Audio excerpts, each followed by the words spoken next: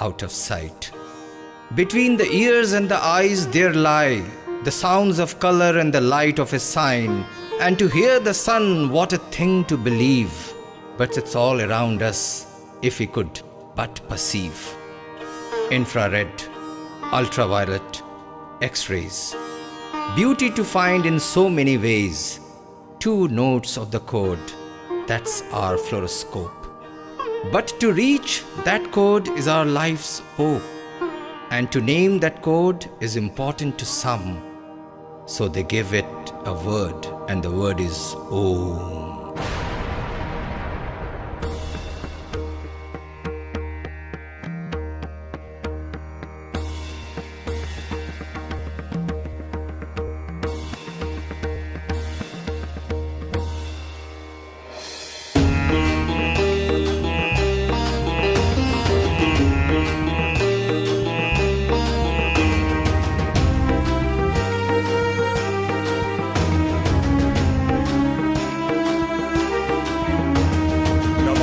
शमीशाम निर्वाण रूपम विभुं व्यापकं ब्रह्म वेद स्वरूपम निजं निर्गुणं निर्विकल्पं निरीहं चिदाकाश महाकाश वासं भजेऽहम्।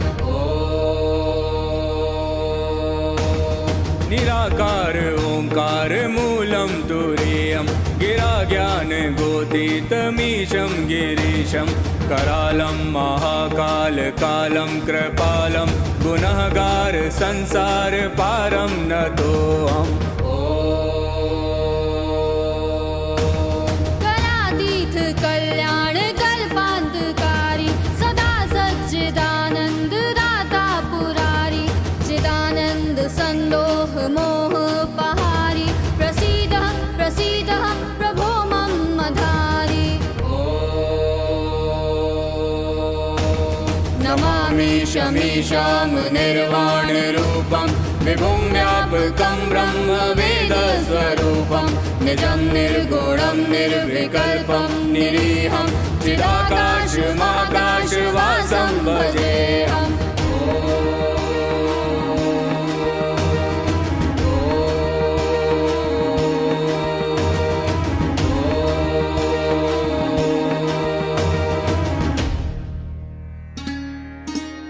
शिवालय में गूंजती इस आवाज को 1000 वर्ष पहले चंदेल शासकों ने जीवंत बना दिया। निश्चल निर्विकार आंखों से खजुराहो ने इस इतिहास को महसूस किया। अपनी आंखों से उठते गिरते विवादों को, भोग और सन्यास के द्वंद्व को यहाँ की मूर्तिकला ने महसूस किया। 9वीं 10वीं सदी में जब भारत विदेशी आक्रांताओं से जूझ रहा था, चंदेल शिल्पकार अपनी तुलिका से पाषाण पर धर्म और दर्शन का एक नया अर्थ गढ़ रहे थे। खामोश लकीरों में सांस भर रहे थे। शरीर की सच्चाई को अंधेरी 4 दीवारी से निकालकर धर्म की मिट्टी को काम के सांचे में गढ़ रहे थे। अद्भुत, विचित्र, अप्रतिम शिल्पकला। संपूर्ण विश्व स्तब्ध और मौन, और चंदेलों ने अपने धर्म को रति की तुलिका से तराश दिया। इन मोटी सुंदर दीवारों पर उकेरी ये प्रतिमाएं अमर हैं। इनमें जीवन का प्रत्येक पहलू नजर आता है। धर्म और काम जीवन के 2 पहिए के रूप में जन्म से जरा तक की यात्रा में एक दूसरे के सहचर बने रहे। तुर्की आक्रांताओं से भयभीत होकर जहां कई राजवंशों ने अपनी अपनी संयुक्ता को घर की 4 दीवारी में कैद कर लिया, वहीं चंदेल समाज ने अपनी नारी को मुक्त भी किया, उन्मुक्त भी। धर्म में देवताओं के सहचर के रूप में, काम क्रीड़ा में शर्मीली संगिनी के रूप में, योगी और योद्धा के रूप में, श्रृंगार और प्रेम के रूप में, इन दीवारों पर नारी की विभिन्न रूप सर्वत्र है। वर्षों तक मौन की समाधि में डूबी ये दीवारें बहुत कुछ बोलती हैं। आइए इन्हें गौर से देखें और इन निःशब्द दीवारों को ध्यान से सुनें। ये मूर्तियां जीवित होकर स्वयं अपनी कहानी बयां कर देंगी। खजुराहो पवित्र संस्कारों की प्राचीन परंपरा का प्रतीक है। विश्व भर के सैलानियों के लिए एक अनोखी कला नगरी और चंदेलों की सामंतशाही संपन्नता को दर्शाती एक हकीकत। ये मूर्तियां अब से 1000 वर्ष पहले तराशी गई, फिर भी इतिहासकार और मनोवैज्ञानिक सभी अपने अपने नजरिए से इन मूर्तियों का एक नया खाका खींचने में लगे हैं। सैलानियों के लिए प्रेरणा और आकर्षण का केंद्र रही ये मूर्तियां, इनमें मानव जीवन का हर एक पहलू कहीं न कहीं उभर कर सामने आता है। पत्थरों पर तराशे अप्रतिम नारी सौंदर्य से ये दीवारें भरी पूरी हैं। ऐसा लगता है जैसे शिल्पकारों के जरिए चंदेल समाज ने यह समझाने की कोशिश की कि यौनत्व जीवन का अनिवार्य सच है, एक ऐसा सच जो क्षणिक ही सही व्यक्ति को पारलौकिक की अनुभूति कराता है। योग और भोग की संधि, धर्म और कर्म की संधि, शरीर और आत्मा की संधि। सच मानिए, धर्म की ऐसी जीवंत व्याख्या शायद विश्व की किसी भी कलाकृति में नहीं की गई। मैं हूँ खजुराहो की नायिका, चंदेलों की परी। मैं न गर्हित हूँ न पीड़ित, स्वच्छंद भी हूँ स्वतंत्र भी, चंदेलों का स्वप्न भी हूँ और संज्ञा भी।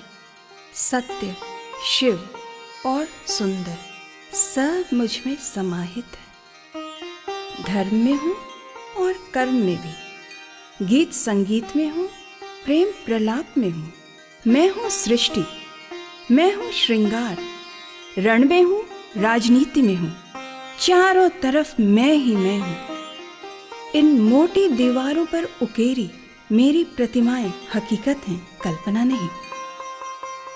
कहीं संगिनी की तरह पारलौकिक की अनुभूति में, तो कहीं माँ के ममत्व के रूप में, कहीं दुर्गा की शक्ति की तरह, तो कहीं सीता की पवित्रता के रूप में। मैं काम क्रीड़ा की विषय वस्तु नहीं, ना ही महज पत्थरों की माया हूँ। मैं चंदेलों की शक्ति, गौरव और प्रेम का प्रतीक हूँ। मैं जीवन का सारांश हूँ। दुनिया ने मुझे विवाद की किरणों से दाह दिया, झूठे इतिहास ने मुझे विचलित करने की चेष्टा की, और मैं अपलक आंखों से भोग और धर्म की व्यथा को महसूस करती रही। मैं ना तो सामंती समाज की तड़प हूँ, ना ही स्त्री पुरुष की काम उत्कंठा का पशु अभिशप्त रूप। मैं काम और मोक्ष का मुक्ति मार्ग हूँ। मैं चंदेलों की दबी उत्कंठा का प्रतिबिंब नहीं, उनकी शक्ति और परचम की प्रेरणा हूँ। Khajuraho is a science of new religion that Chandelas practiced for years and offered a new paradigm of thinking.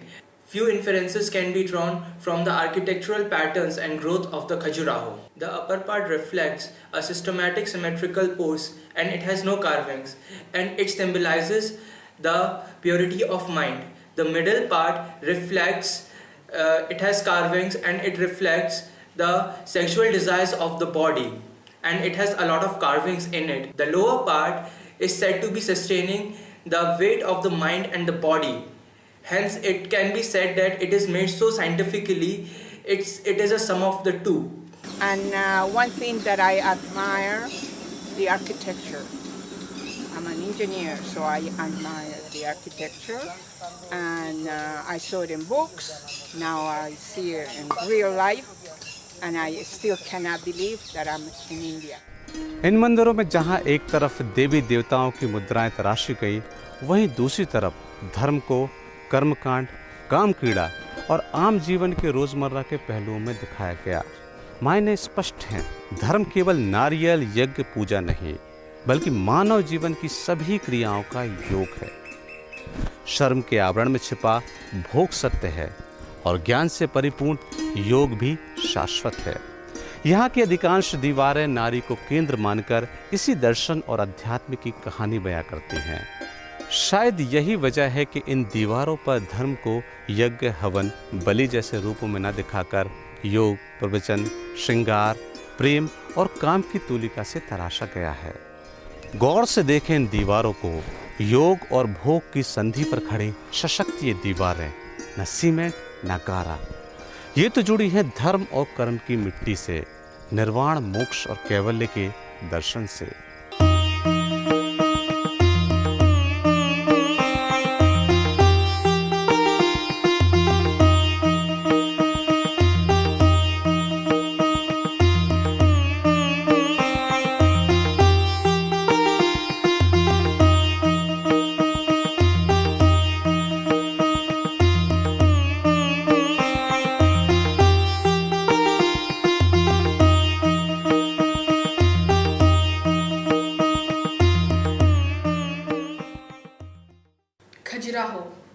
the masterpiece of Chandela architects, saw its dawn in the 9th and 10th century. The Chandela were the feudatories of Gurjar Pratihar dynasty. For many, these carvings are mind-boggling and mysterious. But let's not see stereotyped answer. They were the rulers who gave patronage to the stone carvers. This collage of carving speaks volumes of religion as complete package. Hence, Khajuraho, the greatest teacher on the earth of art of living. It's beautiful. It's a wonderful place, and really it's the best that I saw in the world. Es realmente hermoso. Es único en el mundo. Nosotros hemos venido aquí especialmente a ver esto. Save for the future, please. विश्व भर के पर्यटकों के लिए ये मूर्तियां आज स्फूर्ति और नवजीवन का साधन स्थल है। इन मंदिरों की एक परिक्रमा मात्र ही आपके सुसुप्त कर्माणी शरीर को जागृत कर देती है, ऊर्जा, उत्तेजना और स्फूर्ति प्रदान करती है। शायद चंदेल समाज कर्म की साधना को ही संन्यास और ज्ञान का मार्ग समझते थे।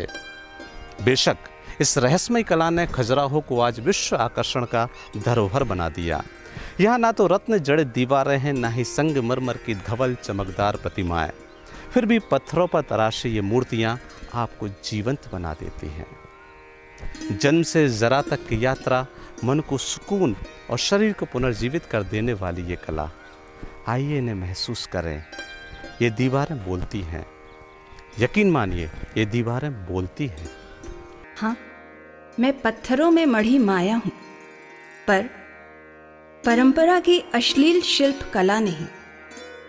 वर्षों से तुम मुझे देखते रहे, निहारते रहे और अपनी अपनी कहानी गढ़ते रहे, और मैं दीवारों पर जड़ी स्तब्ध नारी की तरह निशब्द रही। ध्यान से देखो, मैं हर जगह मौजूद हूँ, कहीं शिव के पार्वती के रूप में, कहीं विष्णु की लक्ष्मी के रूप में, तो कहीं काम की रति हूं मैं दुर्गा भी हूं और चंदेल समाज की शक्ति भी।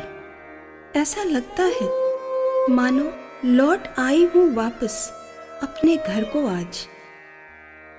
न रावण है, न दानव, न दुर्योधन, न दुशासन। दिन को होली, रात दिवाली, अपने घर को आज। रूप श्रृंगार, गीत संगीत, यहाँ प्रेम योग सब मीत।